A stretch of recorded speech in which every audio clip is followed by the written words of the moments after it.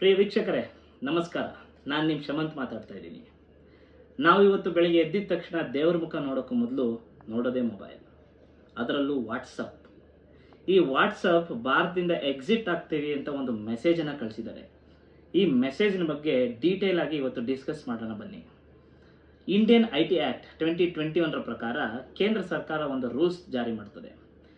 ಏನಪ್ಪ ಅಂತ ಅಂದರೆ, ಯಾವುದೇ ಒಂದು ಪ್ರಕರಣದ ತನಿಖೆಗಾಗಲಿ ಅಥವಾ ಮಿಸ್ಲೀಡಿಂಗ್ ಇನ್ಫಾರ್ಮೇಷನ್ ಫ್ಲೋನ ತಡೆಗಟ್ಟೋಕ್ಕೋಸ್ಕರ ಆಗಲಿ, ಒಂದು ಚಾಟ್ ಅಥವಾ ಮೆಸೇಜ್ನ ಫಸ್ಟ್ ಕ್ರಿಯೇಟ್ ಮಾಡಿದ್ದಾರೋ ಅಥವಾ ಫಸ್ಟ್ ಸೆಂಡ್ ಮಾಡಿದ್ದಾರೋ, ಅಂದರೆ ಫಸ್ಟ್ ಆರಿಜಿನೇಟರ್ ಆಫ್ ದಿ ಇನ್ಫಾರ್ಮೇಷನ್ನ ತಿಳ್ಕೊಳ್ಳೋಕ್ಕೋಸ್ಕರ ಈ ಎಲ್ಲ ಸೋಷಿಯಲ್ ಮೀಡಿಯಾ ಪ್ಲ್ಯಾಟ್ಫಾರ್ಮ್ಗಳು ನಮಗೆ ಸಹಕರಿಸಬೇಕು. ಅಂದರೆ ಅವ್ರಿಗೆ ಏನೇನು ಇನ್ಫಾರ್ಮೇಷನ್ ಬೇಕೋ ಅದನ್ನೆಲ್ಲ ಇವರು ಸೋಷಿಯಲ್ ಮೀಡಿಯಾ ಪ್ಲ್ಯಾಟ್ಫಾರ್ಮ್ಗಳು ಸರ್ಕಾರಕ್ಕೆ ಕೊಡಬೇಕಾಗ್ತದೆ. ಈ ರೀತಿ ಒಂದು ರೂಲ್ಸ್ನ ಮಾಡ್ತಾರೆ. ಇಲ್ಲಿ ನಮ್ಮ ಕೇಂದ್ರ ಸರ್ಕಾರದ ಉದ್ದೇಶ ಇಷ್ಟೇ, ನಮ್ಮ ಆಂತರಿಕ ಭದ್ರತೆಯನ್ನು ನಾವು ವೃದ್ಧಿಸ್ಕೋಬೇಕು ಮತ್ತು ಅಪರಾಧಗಳನ್ನ ತಡೆ ಹಿಡಿಬೇಕು ಅನ್ನೋ ಒಂದು ಕಾರಣದಿಂದ ಈ ರೂಲ್ಸ್ನ ತರ್ತಾರೆ. ಆದರೆ ಈ ವಾಟ್ಸಪ್ ಮತ್ತು ಇದರ ಪೇರೆಂಟ್ ಕಂಪ್ನಿಯಾದ ಮೆಟಾ ಇದರ ವಿರುದ್ಧವಾಗಿ ಡೆಲ್ಲಿ ಹೈಕೋರ್ಟಲ್ಲಿ ಒಂದು ಪೆಟಿಷನ್ನ ಹಾಕ್ತಾರೆ. ಆ ಪೆಟಿಷನ್ನ ಒಂದು ವಿಚಾರಣೆ ಮೊನ್ನೆ 26 ಏಪ್ರಿಲ್ ನಡೆಯುತ್ತೆ. ಅವತ್ತು ವಾಟ್ಸಪ್ನ ಪರ ವಕೀಲರು ಏನಪ್ಪ ಹೇಳ್ತಾರೆ ಅಂತ ಅಂದರೆ, as a platform we are saying if you are told to break the encryption then WhatsApp goes ಅಂತ ಹೇಳ್ತಾರೆ. ಅಂದರೆ ಪ್ಲ್ಯಾಟ್ಫಾರ್ಮ್ ಆಗಿ ನಾವು ಎನ್ಕ್ರಿಪ್ಷನ್ನ ಬ್ರೇಕ್ ಮಾಡಬೇಕು ಅಂತ ನೀವೇನಾದ್ರು ಒತ್ತಡ ತಂದರೆ ನಾವು ಭಾರತದಿಂದ ನಿರ್ಗಮಿಸ್ತೀವಿ ಅಂತ ಎಚ್ಚರಿಕೆ ಕೊಡ್ತಾರೆ. ಇಲ್ಲಿ ಎನ್ಕ್ರಿಪ್ಷನ್ ಅಂದರೆ ಏನು ಅಂತ ತಿಳ್ಕೊಬೇಕು. ಫಸ್ಟು ಎನ್ಕ್ರಿಪ್ಷನ್ ಅಂದರೆ, ನೀವು ಎಲ್ಲರೂ ಅಬ್ಸರ್ವ್ ಮಾಡಿರ್ಬೋದು, ವಾಟ್ಸಪ್ ಚಾಟಲ್ಲಿ ಮೇಲ್ಗಡೆ ಎಂಡ್ ಟು ಎಂಡ್ ಎನ್ಕ್ರಿಪ್ಷನ್ ಅಂತ ಇರ್ತದೆ. ಅಲ್ಲಿ ನೀವು ಯಾವುದೇ ಒಂದು ಮೆಸೇಜ್ನ ಕಳಿಸಿದ್ರೆ ಆವಾಗ ನೀವು ಯಾರಿಗೆ ಮೆಸೇಜ್ ಕಳಿಸಿರ್ತೀರ ನೀವಿಬ್ಬರು ಮಾತ್ರ ಆ ಇನ್ಫಾರ್ಮೇಷನ್ನ ನೋಡ್ಲಿಕ್ಕಾಗ್ತದೆ, ಬೇರೆ ಯಾರೂ ನೋಡೋಕ್ಕಾಗಲ್ಲ. ಅಂದರೆ ಯಾವುದೇ ಒಬ್ಬ ಹ್ಯಾಕರ್ ಇರ್ಬೋದು ಅಥವಾ ಈವನ್ ವಾಟ್ಸಪ್ ಕೂಡ ನೀವೇನು ಇನ್ಫಾರ್ಮೇಷನ್ ಕಳಿಸಿದ್ರ ಅಂತ ನೋಡೋಕ್ಕಾಗಲ್ಲ.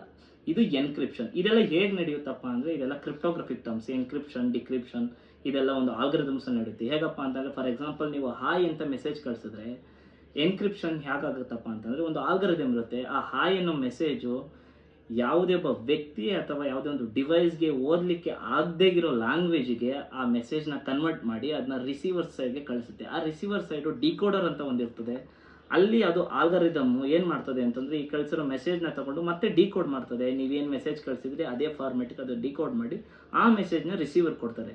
ಈ ಮಧ್ಯದಲ್ಲಿ ಯಾರೂ ಒಬ್ಬರು ಕೂಡ ಏನು ಇನ್ಫಾರ್ಮೇಷನ್ ಸೆಂಡ್ ಮಾಡಿದ್ದೀರಾ ಅಂತ ನೋಡೋಕ್ಕಾಗೋದಿಲ್ಲ.